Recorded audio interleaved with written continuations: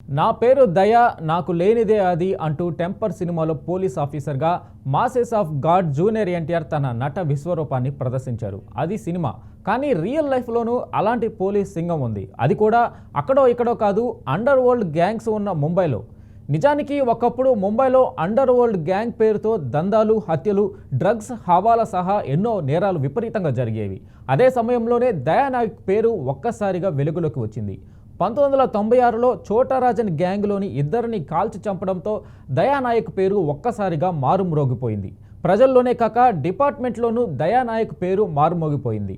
Under world గ్యాంగులకు పనిచేసిన దాదాపు 80 మందిని దయానాయక్ ఎన్కౌంటర్ చేసినట్లు సమాచారం. ఆయన పేరులో దయ ఉంది, కానీ మాఫియా డాన్లను మాత్రం దయ అనేది లేకుండా ఎన్కౌంటర్ చేసేస్తారని ఆయనకి పేరు ఉంది.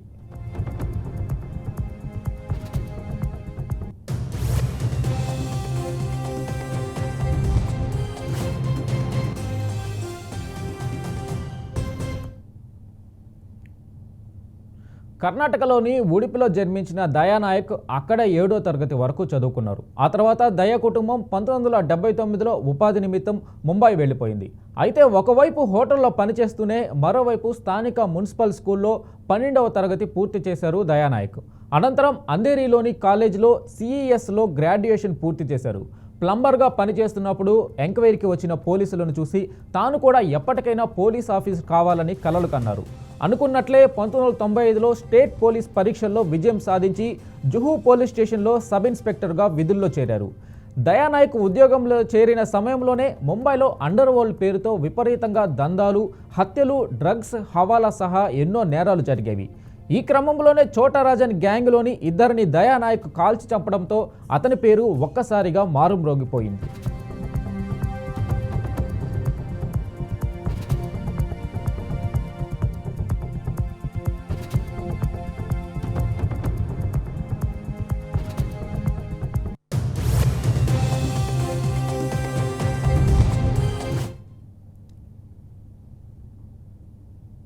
ఇదిలా ఉంటే బాలీవుడ్ హీరో సైఫ్ అలీ ఖాన్ ఇంట్లో గురువారం రాత్రి ఇద్దరు దుండగులు ప్రవేశించి చోరీకి యత్నించారు. ఈ క్రమంలో సైఫ్కి దొంగలకు పెనుగులాట జరిగింది. ఈ క్రమంలో దుండగుడు పదునైన కత్తితో సైఫ్ అలీ ఖాన్ మీద దాడికి పాల్పడ్డాడు. దీంతో సైఫ్కి గాయాలయ్యాయి. వెంటనే సైఫ్ను ఆటోలో ముంబైలోని లీలావతి ఆసుపత్రికి తరలించి చికిత్స అందించగా ప్రస్తుతం సైఫ్ కోలుకుంటున్నారు. అయితే ఈ కేసులో దర్యాప్తు అధికారిగా ముంబై వెస్ట్ క్రైమ్ బ్రాంచ్ కమిషనర్గా ఉన్న దయానాయక్ను ప్రభుత్వం నియమించింది. ఈ నేపథ్యంలో దయానాయక్ బాంద్రాలోని సైఫ్ నివాసానికి వచ్చి సైఫ్పై దాడి కేసు ఘటనకు సంబంధించిన వివరాలను ఆరా తీశారు. ఈ క్రమంలో దయానంద్కు సంబంధించిన వీడియోలు ప్రస్తుతం సోషల్ మీడియాలో వైరల్ అవుతున్నాయి.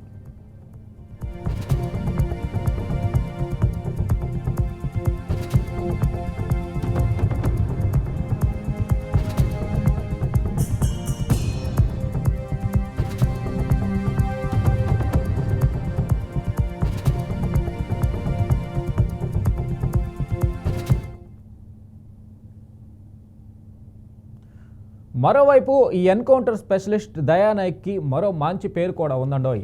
ఎన్కౌంటర్ స్పెషలిస్ట్గా ఎంత పేరు సంపాదించారో ఆదాయానికి మించిన ఆస్తుల కేసులోనూ దయానాయక్ అంతే అపఖ్యాతి మూటగట్టుకున్నారు. ఆ కేసులో దయానాయక్ని ఏసీబీ విచారించి అరెస్టు కూడా చేసింది.